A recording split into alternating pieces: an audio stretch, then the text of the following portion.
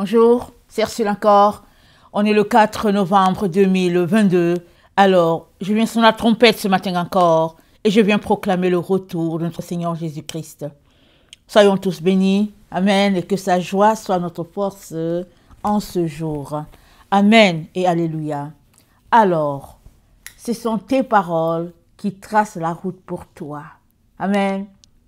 Tes paroles te conduiront soit devant le trône, soit loin du trône, car en enfer, tes paroles seulement.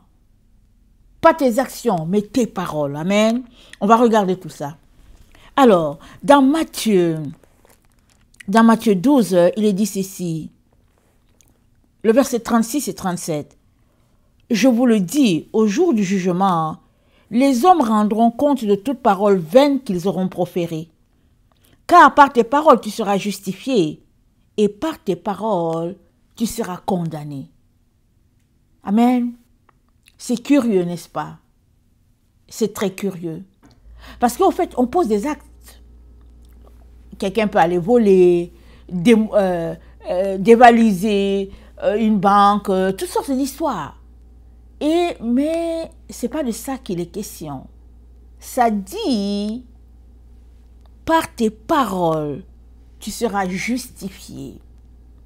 Par tes paroles, tu seras condamné. Mais qu'est-ce que le Père est en train de dire ici? Où est le lien avec nos actions et puis les paroles? Amen. Alors, regardons un peu la création. Amen. Regardons un peu la création. De toutes les créatures de Dieu, l'être humain est le seul que Dieu a doté de paroles. Les autres, c'est les animaux. Bon, ils font du bruit, mais ils ne parlent pas. Et puis la nature, la végétation, ils sont juste là. Et pourtant, tous sont les créatures de Dieu. Mais à l'être humain, Dieu a donné un plus. Il a fait de lui un maître. Amen. Il a donné à l'homme de dominer sur la création. Avant de donner ce rôle-là à l'homme, il a d'abord tout créé pour lui. Il a créé les luminaires, la lumière, les astres, la végétation. Il a tout créé, l'eau, les montagnes, tout ça pour le bien-être de l'homme. Et après, il a placé l'homme dans un jardin d'Éden. Amen. Et il a doté l'homme de paroles. Alléluia. Afin que l'homme ne soit pas un robot, mais que l'homme puisse s'exprimer. Et puis, en arrière de tout cela, il y avait aussi, non pas il y avait, il y a le fait que Dieu veut être proche de l'homme. Amen. L'homme a été créé à l'image de Dieu. Il a été créé à partir de l'argile. Et pourtant, Dieu a voulu qu'il y ait une relation entre lui et l'homme. Et il a soufflé de son souffle dans l'homme. Proverbe 20, le verset 27. On va lire cela rapidement. Et en soufflant dans les narines de l'homme, il lui a donné et la lumière, et la sagesse, et les attributs de Dieu. Parce qu'en soufflant, Dieu a mis en l'homme ce qu'il y avait en lui-même, dit Dieu. Amen. Alors, Proverbe, attendez, 20, le verset 27, c'est dit, le souffle de l'homme est une lampe de l'Éternel. Il pénètre jusqu'au fond des entrailles. Alors, c'est quoi nos entrailles? C'est nos profondeurs. Amen. Alors, Dieu nous a donné de son souffle, il nous a donné de sa lumière. Alléluia. Il a mis tout cela en nous. Amen. Et il nous a dit de dominer. Et voilà. La chose qui fait la différence entre l'homme et les animaux, c'est le fait que l'homme peut parler. Et la Bible nous dit, par tes paroles, tu seras justifié. Par tes paroles, tu seras condamné. Alors, qu'est-ce que Dieu attend de nous quand il nous donne une telle parole? Amen. Dans Siracide 16, voilà ce qui est dit. Le verset 24. Excusez, oh là là. Siracide 16, le verset 24.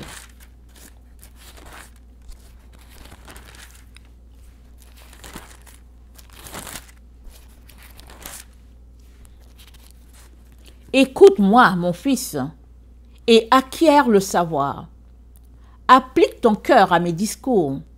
Avec mesure, je dévoilerai l'instruction. Avec exactitude, je proclamerai la connaissance.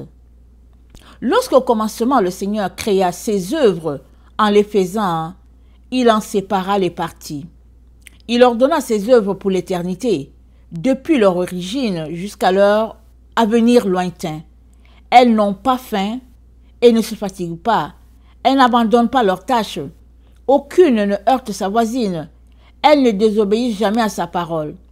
Puis le Seigneur a regardé vers la terre et il l'a comblée de ses bienfaits. De toute espèce d'animaux, il en a couvert la surface. Et c'est à elles qu'ils doivent retourner.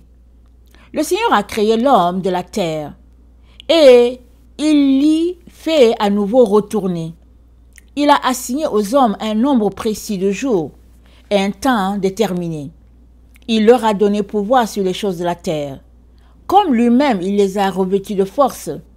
Il les a fait à son image. Il les a fait redouter de tout être vivant, pour qu'ils soient les maîtres des bêtes sauvages et des oiseaux. Il leur a donné le jugement, la langue et les yeux, les oreilles et le cœur pour réfléchir. Il les a remplis de savoir et d'intelligence. Il leur a montré le bien et le mal. Il a établi sa crainte dans leur cœur pour leur montrer la magnificence de ses œuvres, et ils loueront son saint nom afin de raconter sa magnificence. Il leur a accordé en plus le savoir. Il les a gratifiés de la loi de vie. Il a conclu avec eux une alliance éternelle. Il leur a montré ses jugements. Leurs yeux ont vu la magnificence de sa gloire. Leurs oreilles ont entendu la gloire de sa voix.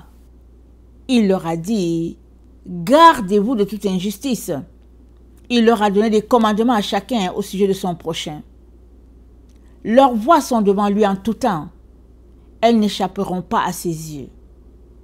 Amen. Donc Dieu a fait tout cela. Amen. Il nous a dotés de tout cela et s'est dit, nos voix sont devant lui. C'est-à-dire que après avoir fait tout ce qu'il a fait, amen, la Bible dit quoi? Il s'est reposé au 7e jour. Donc il s'est reposé et il nous regarde aller. Amen. Les gens viennent sur la terre. L'un il vient, par exemple, 100 ans plus tôt, l'autre est venu peut-être 3000 ans plus tôt, peu importe. Chacun vient à son tour.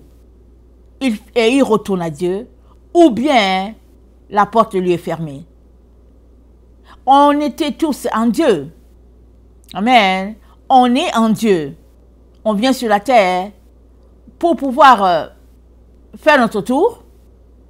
Et si on le fait bien, selon ce que Dieu a établi, on retournera. Sinon, on sera tout simplement perdu. Donc Dieu fait bien la distinction entre ses œuvres. L'être humain, il a donné la domination. Amen. Et il nous observe. Alors, qu'est-ce qui fait que finalement, on va retourner ou bien on ne va pas retourner? La Bible nous dit que c'est le fruit de nos lèvres qui fait la différence. Le fruit de nos lèvres fait qu'on pourra retourner à Dieu ou bien on ne pourra pas retourner. Et c'est là où ça accroche un peu. Parce que ce ne sont pas nos actions qui sont pointées ici, mais c'est ce qui sort de notre bouche. C'est quand même curieux, n'est-ce pas? Regardons ce que Dieu nous dit dans Siracide 21. Amen. Le verset 13, c'est dit ceci. Celui qui observe la loi reste maître de sa pensée. Et la crainte du Seigneur a pour terme la sagesse. On répète, celui qui observe la loi reste maître de sa pensée. Amen. Donc, le tout part de la pensée, ok? c'est la pensée qui nous pousse à parler ou à nous retenir. Amen. Alors, dans Siracide 21, c'est aussi dit, les lèvres des bavards répètent ce que d'autres ont dit. Les paroles des gens sensés sont pesées à la balance. Dans la bouche des sots se trouve leur cœur, et dans le cœur des sages se trouve leur bouche. Écoutez bien. Dans la bouche des sots se trouve leur cœur, et dans le cœur des sages se trouve leur bouche. C'est-à-dire que celui qui est appelé insensé, amen, tout de suite, dès qu'il ouvre la bouche, tu sais ce qu'il y a au fond de son cœur. Tout de suite. Sa pensée est là devant. Est là devant toi. Tout de suite là. Et celui qui est sage, au contraire, il se réserve. C'est difficile d'entendre ce qu'il a à dire. Parce qu'il va parler seulement si c'est nécessaire ou bien seulement si Dieu lui donne la parole. Sinon, il va juste rester tranquille et puis il va regarder, il va observer. Et notre Dieu nous a dotés de la bouche, non pas pour que nous en abusions, mais la bouche sert plutôt d'instrument pour apporter des bons fruits à l'Éternel. Dans Osée 14, le verset 2, c'est dit ceci: apportez avec vous des paroles et revenez à l'Éternel. Dites-lui, pardonne-nous les iniquités et reçois-nous favorablement. Nous t'offrirons au lieu des taureaux l'hommage de nos lèvres. Amen. Nous t'offrirons au lieu des taureaux, des sacrifices, des cadeaux, toutes ces choses-là. Au lieu que ce soit ça, nous t'offrirons l'hommage de nos lèvres. Amen. Dieu aime ça. Des lèvres remplies de louanges et de gratitude envers lui. Des lèvres qui, quand elles s'ouvrent, c'est pour proclamer les oracles de l'Éternel, c'est pour dire une bonne action, c'est pour dire une bonne parole. Sinon, c'est mieux de se retenir. Si bien qu'à la fin, quand Dieu va faire la somme de toutes nos paroles sur la terre, comme on vient de le lire dans Siracide, c'est dit que ce sera pesé sur la balance de l'Éternel. Alors ce que tu auras dit en trop, ça peut te condamner. Ou bien, ça peut te délivrer. Il n'y a pas longtemps, j'ai écouté un pasteur, il y a peut-être maximum 1 an, je ne me rappelle plus. Le pasteur disait que cette journée-là, en tout cas, il n'avait pas... C'était une journée ordinaire. Et il est arrivé qu'il s'est levé et puis, quelques temps après, il y a eu un accident, il est mort. Excusez-moi de rire, parce que c'est l'histoire qui suit. Il y a eu un accident, il est mort. Et il dit, rien ne prévoyait qu'il allait mourir. Il est mort, il est resté 7 jours, je pense dans la morgue. Mais pendant les 7 jours, en tout cas, il avait une expérience avec Dieu. Et il est revenu à la vie. Mais il a dit quelque chose qui m'a marqué. Il dit, bon, dès que tu arrives, quand tu meurs, tu vois que tu atterris dans un désert. Il n'y a pas âme qui vive. C'est le désert, c'est tout. Et puis ta voix, la voix que tu entends, c'est ton écho. C'est l'écho de ta voix que tu entends. Et il dit, il a dit, mais est-ce que je suis mort? Et c'est son ombre qui lui a répondu. Son ombre lui a dit, en tout cas, il n'y a que toi et moi ici. Amen. Et c'est là qu'il a dit, notre ombre, c'est le témoin. Notre ombre enregistre tout ce que nous faisons, tout ce que nous disons. On a l'impression que c'est une ombre. Il dit, c'est notre double qui est là. Il dit, l'ombre, il voit tout, il sait tout. Il dit, c'est le jour là-bas que tu sais que l'ombre parle. Donc faisons attention à notre ombre. Mais la partie qu'il a dite, qui m'a marqué, c'est le fait que quand les gens arrivaient sur l'écran, un écran géant, passaient toutes leurs actions sur la terre. Amen. Donc, En tout cas, ça ne durait pas là, ça passait. Il dit, quand tu es là-bas, devant l'écran, c'est l'écran, la vie de quelqu'un d'autre. Il dit, mais ça ne t'intéresse pas. Pourquoi? Parce que toi-même, tu ne sais pas ce qui va t'arriver. Il dit, la vie de chacun passe sur l'écran. Mais il dit, il n'y a personne qui s'arrête là-bas pour s'occuper de la vie de l'autre. Parce que chacun est là, en train de se dire, oh, est-ce que je vais pouvoir réussir à traverser? Chacun est vraiment pris par la vie qu'il a menée sur la terre. Parce que c'est le moment de son jugement. Alors il dit, en tout cas, il ne sait pas si combien de personnes sont passées. Le temps qu'il était là-bas, il ne sait pas s'il y a 2 ou 3 personnes qui sont passées du bon côté. Parce que les gens atterrissaient en enfer comme un camion qui déverse du sable. Mais il dit que quand son tour est venu, mais il était sûr que lui, il allait passer aussi de l'autre côté. Parce qu'il ne faisait qu'entendre « Depart from me »,« Depart from me ». Il ne faisait qu'entendre en anglais dire « Allez, éloignez-vous de moi, éloignez-vous de moi ». Il s'est dit « Ah, ma part est arrivée ». Il dit, mais curieusement, l'ange lui sourit. Il dit qu'il était tellement étonné que l'ange lui sourit qu'il s'est demandé, mais qu'est-ce qui se passe? Et l'ange lui dit, tu peux passer de l'autre côté. Il dit à l'ange, moi? L'ange lui dit que oui, tu peux passer de l'autre côté. Il dit qu'il était étonné. Et l'ange lui dit, est-ce que tu sais pourquoi tu passes de l'autre côté? Il dit non. L'ange lui dit, c'est parce que toute ta vie, tu as passé ta vie à demander pardon aux gens. Il dit, c'est tout. Il dit, le Père apprécie ça beaucoup. Et ce pasteur a dit que c'est devenu une habitude pour lui. Quand il cause avec quelqu'un, quand il finit, il dit, pardonne-moi si je t'ai offensé. L'autre dit, mais non. Il dit, non, mais pardonne-moi seulement. On ne sait jamais. Peut-être que je t'ai offensé. Pardonne-moi. Il dit, passer son temps vraiment à demander pardon aux gens. C'est tout ce qu'il a fait. Et l'ange lui dit, ça c'est une attitude d'humilité. Et l'ange l'a fait passer, et puis etc. Il a fait le tour, c'est comme ça qu'il a pu faire 7 jours, au fait, en train de visiter l'enfer et le ciel. Et il est revenu avec ce message sur le pardon. Lui, il a ramené le message sur le pardon. Et je suis là aujourd'hui pour nous dire que notre bouche, amen, elle peut nous condamner ou elle peut nous affranchir, selon comment on l'utilise. Parce que, comme on vient de lire dans... attends, j'ai lu dans quoi? Dans Zacharie. Dans Osée. Comme je viens de lire dans Osée 14, c'est dit, apportez avec vous des paroles et revenez à l'Éternel. Dites-lui, pardonne toutes les iniquités et reçois-nous favorablement. Nous t'offrirons au lieu de taureau l'hommage de nos lèvres. Le fruit de nos lèvres, c'est très très important pour notre Dieu. Amen. Et quand tu marches pour une relation d'intimité avec Dieu, tu fais très attention à tes lèvres, ok? Tu fais très attention. Parce que facilement on peut blesser, sans le vouloir, sans l'avoir planifié, on peut blesser l'autre, facilement, comme ça, facilement si l'autre peut nous blesser.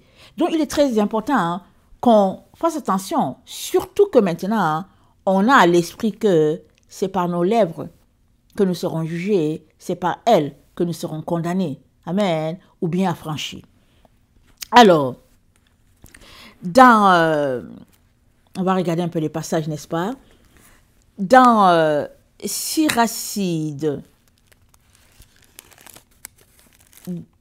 19, amen, le verset 6, ça dit ceci. Celui qui hait le bavardage échappe au mal. Ne répète jamais ce que l'on dit, et tu n'y perdras jamais rien. Ne raconte rien, ni d'un ami, ni d'un ennemi. À moins que le silence ne te rende complice, ne révèle rien. Car il pourrait t'entendre et se méfier de toi. Et le moment venu, il te montrerait sa haine. Tu as entendu une affaire? Sois un tombeau. Sois tranquille. Tu ne risques pas d'éclater. Pour une parole tu ne risques pas d'éclater. Pour une parole, l'insensé est dans les douleurs, comme la femme au mal d'enfant. Une flèche plantée dans la chair de la cuisse, telle est une parole dans le ventre du sot. Interroge ton ami Peut-être n'a-t-il rien fait. Et s'il l'a fait, qu'il ne recommence plus. Interroge ton prochain. Peut-être n'a-t-il pas dit cela. Et s'il l'a dit, qu'il ne le répète pas. Interroge ton ami, car la calomnie est fréquente. Ne te fie pas à tout ce qu'on dit. Tel glisse sans mauvaise intention. Qui donc n'a jamais péché en parole? Interroge ton prochain avant de le menacer et laisse là la loi du Très-Haut suivre son cours. Toute sagesse et crainte du Seigneur, en toute sagesse, il y a la pratique de la loi. En toute sagesse, il y a la pratique de la loi. Et qu'est-ce que la loi nous dit? La loi nous dit d'apporter à l'Éternel le fruit de nos lèvres. C'est-à-dire de faire attention à ce qui sort de notre bouche. De faire attention, quand nous voulons dire quelque chose, posons-nous la question. Est-ce que c'est utile? Est-ce que c'est important? Qu'est-ce que ça va produire en retour? Parce que on peut se dire, c'est pas grave, c'est juste une parole. Mais la Bible nous dit que par nos paroles, nous serons sauvés, par nos paroles, nous serons condamnés. Amen. Et dans Proverbe 16, le Seigneur nous dit quelque chose de très frappant. Le verset 23, il nous dit, attendez, le verset 23, il dit, « Celui qui est sage de cœur manifeste la sagesse par sa bouche, et l'accroissement de son savoir paraît sur ses lèvres. Les paroles agréables sont un rayon de miel, douces pour l'âme et salutaires pour le corps. » Amen. Celui qui est sage de cœur manifeste la sagesse par sa bouche. C'est par ta bouche qu'on sait si tu es sage ou pas. Tu as beau poser des actions, tu as beau dire « ouais, je suis sage », dès que tu ouvres ta bouche, on sait si tu l'es ou pas.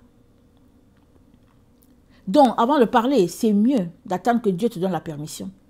C'est mieux d'attendre que Dieu t'envoie dire quelque chose. Sinon, regarde seulement avec tes yeux, ne dis rien. Reste tranquille. Le Proverbe 10, le verset 19, ça dit ceci. Celui qui parle beaucoup ne manque pas de péché, mais celui qui retient ses lèvres est un homme prudent. Celui qui parle beaucoup ne manque pas de péché, parce que tu ne sais pas à quel moment le péché va glisser là, et puis allez, c'est déjà sorti. Alors, c'est mieux de mettre un frein à sa langue et de se retenir. Et toutes ces paroles-là, ils se recoupent, amen, dans une conclusion que le Seigneur nous dit dans Matthieu 12. Matthieu 12, le verset 37.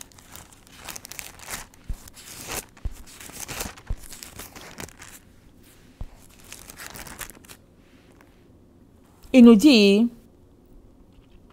car par tes paroles tu seras justifié, par tes paroles tu seras condamné. Et Job 15, le verset 6 nous dit, ce n'est pas moi, c'est ta bouche qui te condamne. Ce sont tes lèvres qui déposent contre toi. Alors ce sont les amis de Job qui sont venus l'acculer. Et puis celui qui répond à Job, il dit non, c'est pas lui. Il dit à Job, c'est ta bouche qui te condamne. Question de dire que Job, je reprends ce que tu as dit. C'est ça qu'il est en train de dire. Et cela c'est pour tous les humains. Nos bouches nous condamnent. Et dans Luc 7, amen, dans Luc 7, le Seigneur nous donne une leçon de vie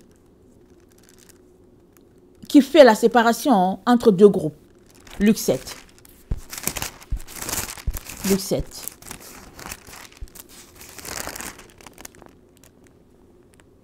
Ça dit ceci, le verset 35. Mais la sagesse a été justifiée par tous ses enfants.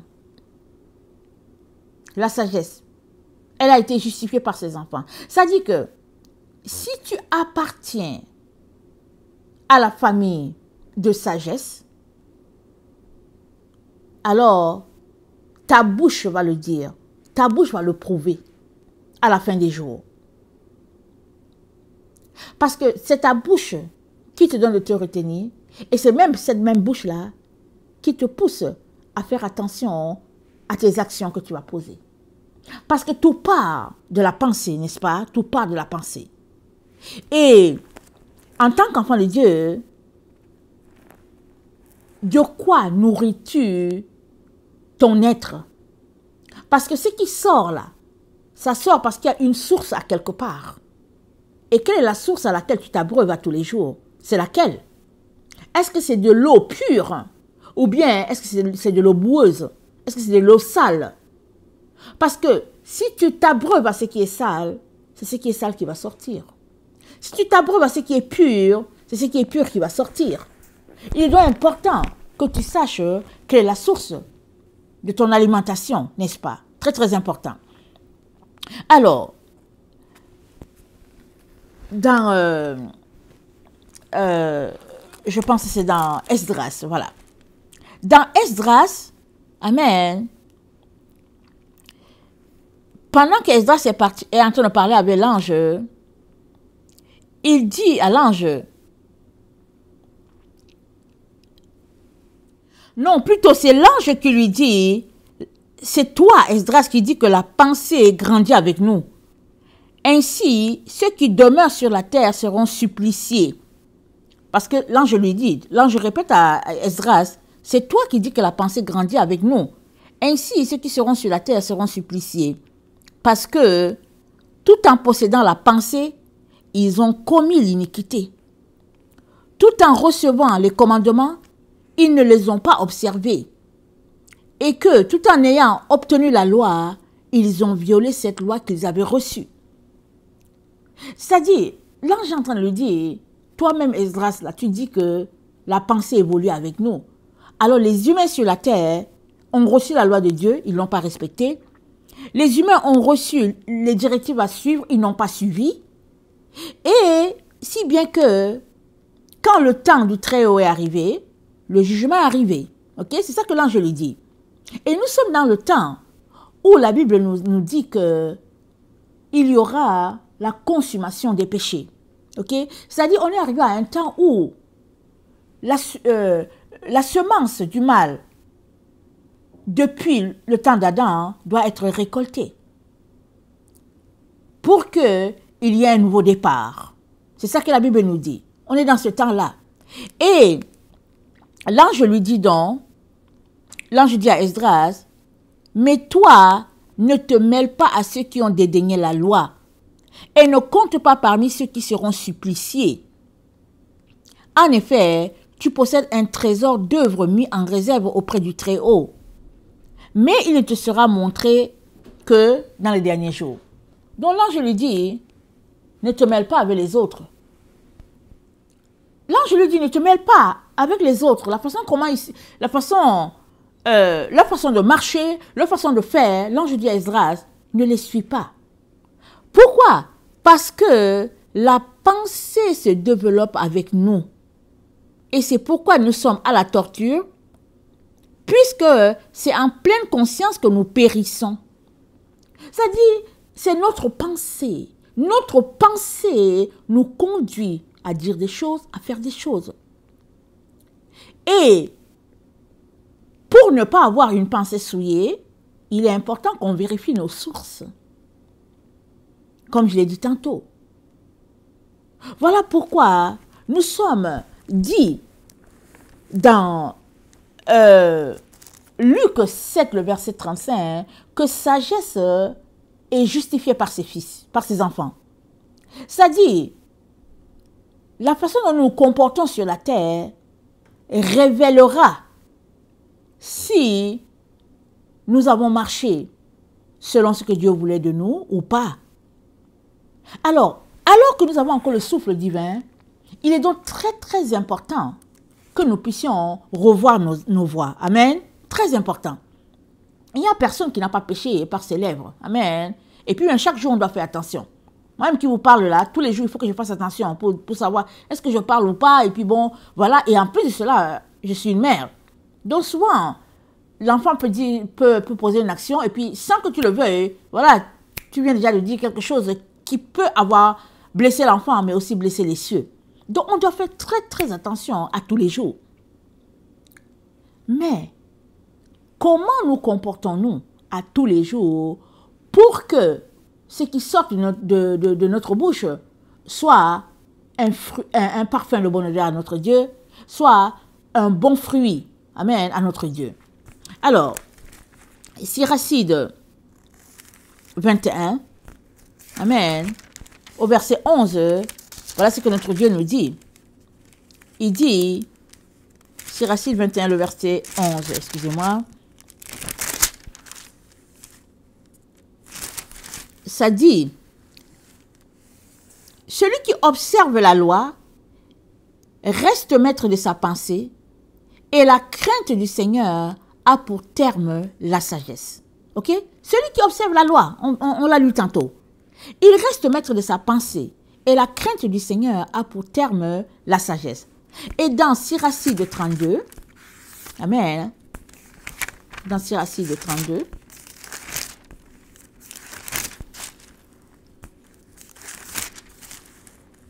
le verset 14, voilà ce que notre Dieu nous dit. Il dit, celui qui craint le Seigneur accueille l'instruction. Et ceux qui le cherchent dès l'aurore obtiennent sa faveur. Celui qui scrute la loi en sera rassasié. Mais elle sera pour l'hypocrite une occasion de chute. Ceux qui craignent le Seigneur reconnaîtront ce qui est juste. Et telle une lumière feront briller leurs bonnes actions. L'homme pécheur refuse d'être réprimandé et trouve des excuses pour agir comme il l'entend. Un homme de bon conseil n'omet jamais de réfléchir. L'impie et l'orgueilleux, nulle crainte ne les fait hésiter. N'entreprends rien sans avoir réfléchi. Et de ton action, tu n'auras pas à te repentir. Amen. N'entreprends rien sans avoir réfléchi. Et fais attention à avec qui tu marches, avec qui tu parles. C'est ça qui s'est dit. Et Dieu dit, il dit, celui qui craint le Seigneur, il accueille l'instruction. Il dit, celui qui scrute la loi sera rassasié. Et Dieu donne sa faveur à celui qui, dès l'aurore, se lève pour le rencontrer. Amen. Ça, c'est très important. Ça, c'est des conseils très, très importants. Parce que se lever tôt le matin, avant que le jour paraisse, amen, et c'est une façon de consacrer la journée au Seigneur. Amen. Dès que tu es le matin, tu viens rencontrer Dieu. Lui, il va t'accorder une faveur. Il va faire que tes pas ne vont pas chuter. C'est lui qui va te garder. Sinon, c'est très facile de tomber. Amen. Alors, je viens nous encourager à poser des actions pour un changement. Quand on se lève le matin, qui est-ce qu'on consulte? Est-ce qu'on consulte directement notre cellulaire? Ou bien, est-ce qu'on va consulter papa pour dire, papa, je suis là encore. Bonjour papa, je suis là. Donne-moi comment on appelle ça, ma tâche de la journée. Et le Seigneur, il sera content de savoir que son enfant est là avec lui. Amen. Pendant que tu le loues, pendant que tu le célèbres, Dieu va te révéler les choses cachées. Et ça, ce n'est pas juste pour toi, c'est aussi pour les autres. Parce qu'il est là pour nous élever jusqu'à lui, notre Dieu. Amen. C'est un Père rempli d'amour. Et il va chercher ses enfants à lui. Dieu connaît chacun de ses enfants. Il va les chercher. Qu'il soit au Japon, qu'il soit n'importe où, Dieu va chercher ses enfants. Mais, toi, quel temps tu lui accordes pour qu'il puisse se révéler à toi? Amen. Et comme dit déjà, sagesse est justifiée par ses enfants. Amen. Tes actions prouvent si tu es sage ou pas. Et si tu es sage, ça se traduit par le fruit de tes lèvres. Amen. Que le Seigneur bénisse sa parole et qu'il nous donne à tous de faire très attention, amen, à ce que nous disons. Et bien sûr, s'il est le centre de notre vie, lui-même nous aidera à lui offrir des bons fruits. Amen. Que le nom de notre Dieu soit loué en ce jour. Je vous aime beaucoup et Dieu davantage. Maranatha, Jésus revient. Amen et amen.